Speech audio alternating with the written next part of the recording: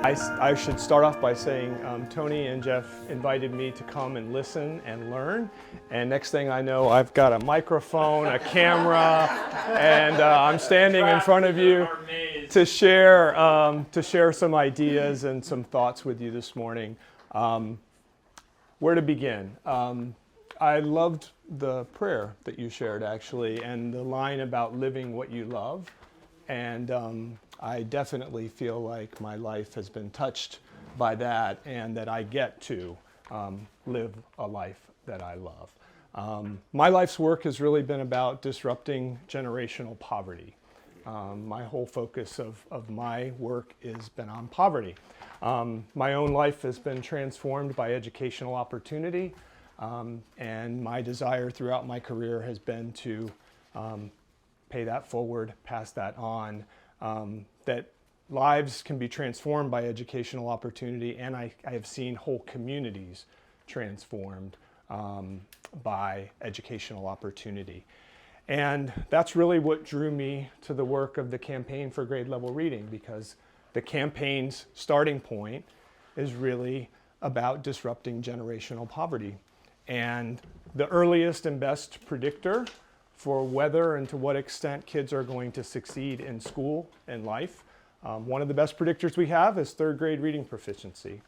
And so for about the last 12 years, I have been working with the campaign in a national effort to raise awareness and mobilize communities around the importance and the urgency of solving the literacy crisis in this country. And what we know based on the data, and I would also say based on a very powerful film that you all had a chance to see last night, I had a chance to watch many months ago, and to start to sort of think with Jeff and others about how to leverage the power of that film, is that far too many of our low-income kids in this country are not hitting that reading proficiency mark. That was true pre-pandemic, and it is even more true post-pandemic. What the pandemic did as much as anything else was it reinforced and highlighted and magnified problems that we knew existed from the very beginning. The way we frame the literacy crisis is critically important. The way we talk about it is very important. We think that this is a community responsibility, not solely the responsibility of our schools. And the reason for that is that it's an inconvenient truth and an inconvenient reality, is that for many kids, they show up to school not fully ready and fully prepared to take advantage of what school has to offer. Low-income kids have far lower levels of school readiness than their middle and upper income peers.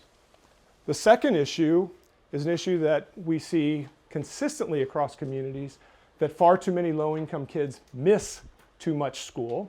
They are chronically absent. The news right now and the reports on chronic absenteeism are staggering. Rates are double what they were pre-pandemic. It is not uncommon for me to visit communities where the majority of kids miss 20 or more days of school over the course of a typical school year. That's 20 days in kindergarten, 20 days in first grade, 20 days in second grade, 20 days in third grade. Now, I know we're primarily focused on literacy and reading, but a little math test, how many days of school does that add up to? 80, right? So 80 to 100 days of school, that is roughly half of an entire school year. So when you ask the question, why aren't more kids on grade level?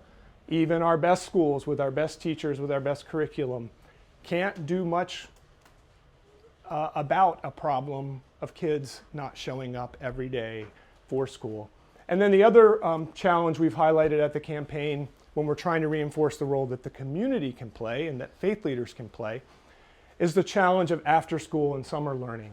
I ran an organization called the National Summer Learning Association. We focused attention on the setbacks that low-income kids experience every summer, particularly the summers before and after kindergarten, first, second, and third grade. That has a huge impact on growth in the achievement gap. where we see kids in low-income communities experiencing these devastating setbacks during the summer months, and that those accumulate over time. So collectively, what that means is that to move the needle on a lagging indicator like third grade reading, you can't start in third grade. You have to start prenatally. You can't do a schools-only strategy that only focuses on teaching and learning and curriculum instruction.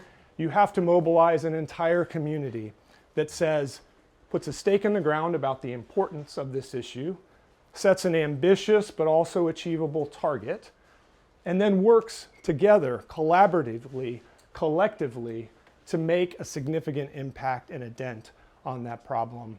And what we're seeing, and where I draw hope and inspiration from communities across the country who have done that and have begun to make some of that progress. Yesterday, the reason I wasn't here last night, I spent the day in Winchester, Virginia, which is a rural community about 2 hours or so west and north of here. They've had a campaign now for 2 years. They started in 2021. When they started that campaign, they had a 30% chronic absenteeism rate among the 4 elementary schools that are in that district. They've cut that rate in half in 2 years. That is a leading indicator, not the lagging indicator of third grade reading. They're still working on that, but they have made progress. And I think that it's very important in this work that we not focus only on the problems, but that we also focus on the bright spots and the progress that we're seeing, and that nothing is going to mobilize people more than knowing that what they do will actually make a difference. So that's really what I've been about with the campaign now for the last 12 years. I work to support communities across the country. There are now more than 300 that are engaged in some way, shape, or form with this campaign, connecting around literacy. And I get to lead a consulting practice that works with about a dozen other nonprofits, foundations, and others that work on issues related to poverty. So now you're standing, so that means I might get to sit down. You're around all day, right? I'm around all day. All so, right. Yeah. Ron's So your new best friend, everybody. Thank you. thank you. Thank you. Thank you. Your new best friend. Thank you. Okay. Thank you. Everybody taking notes, getting down ideas.